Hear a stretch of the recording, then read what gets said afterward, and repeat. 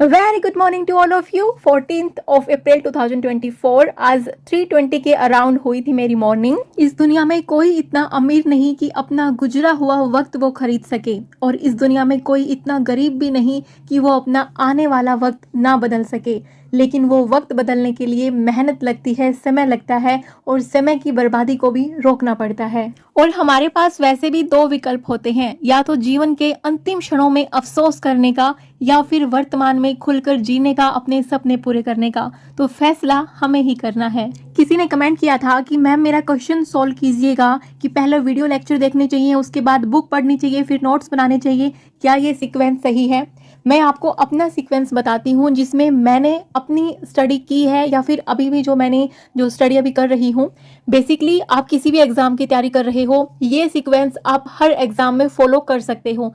सबसे पहले जिस भी टॉपिक को आप उठाते हो उसके प्रीवियस ईयर क्वेश्चन देख रहे हैं। अगर आपको सिर्फ एक ही एग्जाम देना है तो उस एग्जाम के उस टॉपिक के प्रीवियस ईयर क्वेश्चन देख लेने हैं। लेकिन जैसे जो यूपीएससी की तैयारी करते हैं, स्टेट पीसीएस की तैयारी करते हैं, जिस भी एग्जाम में प्री और मेंस दोनों एग्जाम होते हैं, तो आपको प्रीवियस ईयर क्वेश्चन उस टॉपिक से रिलेटेड पढ़ने से पहले दोनों टाइप के प्रीवियस ईयर क्वेश्चन देखने हैं। प्री के भी देखने हैं, मेंस के भी देखने हैं, और अच्छे से देखने हैं, ताकि वो टॉपिक जब आप रीड करो तो माइंड में आपके वो क्वेश्चन हो, या फिर सामने आप वो क्वेश्चन रख सकते हो, ताकि आप उस टॉपिक से रिलेटेड वो वाली चीजें जरूर पढ़ें, उन पे जरूर ध्यान दें, उनको जरूर हाईलाइट करें, जो पिछले कई सालों में पेपर में आती जा रही हैं। दूसरी चीज क्या करनी है, जब भी प्रीवियस ईयर क्वेश्चन देखोगे तो आप पाएंगे कि किसी किसी टॉपिक पे ना हर अल्टरनेट ईयर पे या 1-2 साल छोड़ के क्वेश्चन आते ही आते हैं। लाइक मैं पॉलिटी की बात करूं तो प्रेसिडेंट पे क्वेश्चन आता ही आता है, और कॉन्स्टिट्यूशन अमेंडमेंट पे क्वेश्चन आता है, आर्टिकल्स पे क्वेश्चन आते ही आते हैं, और आर्टिकल्स भी स्पेसिफिक आर्टिकल जैसे 19, 20, 21। तो ये कुछ चीजें हैं कि जो हमें पता लग जाता है प्रीवियस ईयर क्वेश्चन देख के कि हाँ ये चीज इंपॉर्टेंट है, इन पे ध्यान देना है। अभी कुछ कुछ टॉपिक ऐसे मिलेंगे जो प्रीवियस ईयर में बहुत कम पूछे गए हैं, रेयर कि कोई क्वेश्चन 2003 में पूछा गया, उसके बाद 2008 में पूछा गया, और उसके बाद अभी तक 2023 तक उस टॉपिक पे कोई क्वेश्चन नहीं आया। इसका मतलब है कि वो टॉपिक पहले कहीं पे इंपॉर्टेंट होता था, अभी वो यूपीएससी के लिए इतना इंटरेस्ट की चीज नहीं रही, इसलिए यूपीएससी उसको नहीं पूछता। या फिर कोई भी आपका दूसरा एग्जाम है, आप उससे आप रिलेट कर सकते हैं मेरी बात को, कि आपके उस एग्जाम के लिए वो टॉपिक अभी इतना इंपॉर्टेंट नहीं है। या फिर कोई ऐसा टॉपिक होता है कि जिससे कभी 1 साल क्वेश्चन आया हो और फिर कभी क्वेश्चन आया ही ना हो।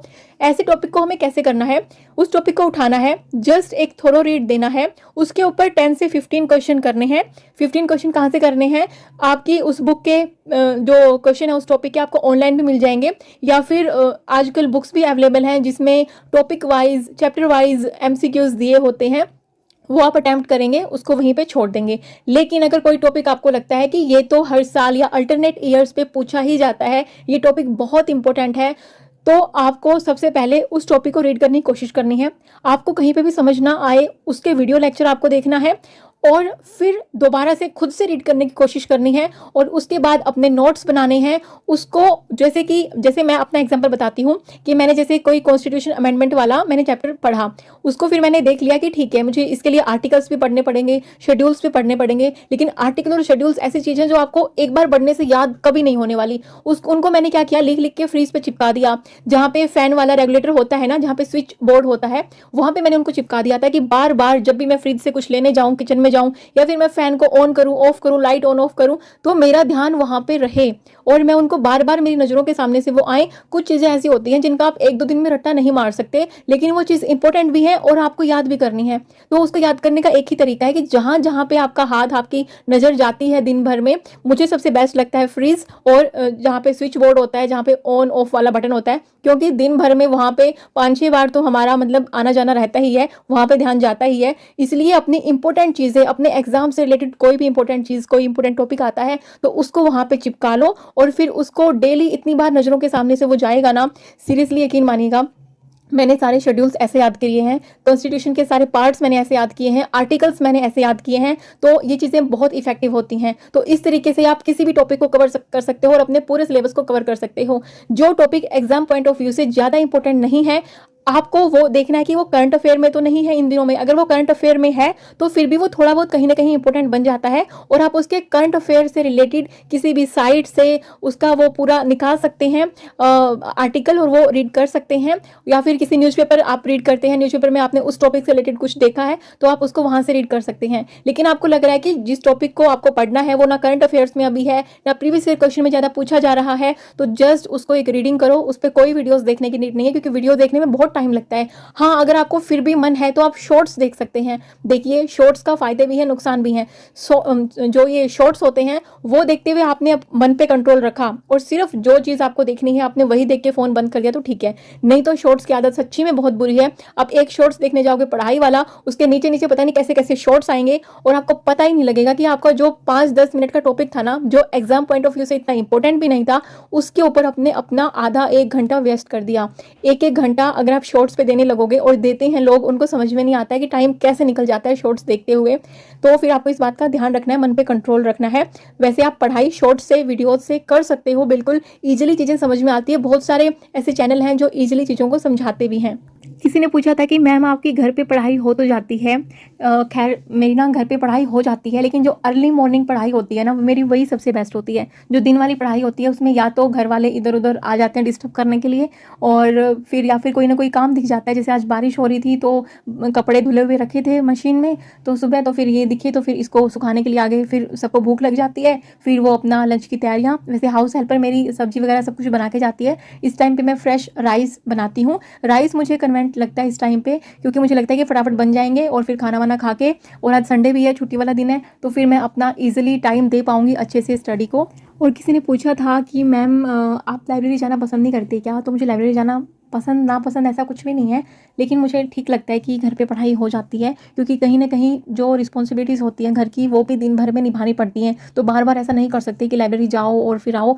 मुझे जो लाइब्रेरी वाला सुकून है ना, वो मुझे सुबह सुबह मिल जाता है। जब मैं बहुत अर्ली मॉर्निंग उठ के अपनी पढ़ाई करती हूँ ना, तब मुझे कोई डिस्टर्ब करने वाला नहीं होता। जो सुबह की पढ़ाई होती है ना, वही मेरी द बेस्ट पढ़ाई होती है। उसके बाद तो फिर मैं कोशिश करती हूँ कि जैसे मतलब ये लोग गेस्ट रूम में है तो मैं रूम में आके पढ़ाई कर लूँ, लेकिन फिर भी कभी कभी फ़ायदा नहीं होता है। जहाँ पे भी मैं जाती हूँ ना, सब वहीं पे आ जाते हैं। सब इन द सेंस अभी तो हस्बैंड है और बेटा ही है, लेकिन वही है, मतलब दोनों बच्चे ही बन जाते हैं कभी कभी डिस्टर्ब करने के मामले में, और डिस्टर्ब करते रहते हैं।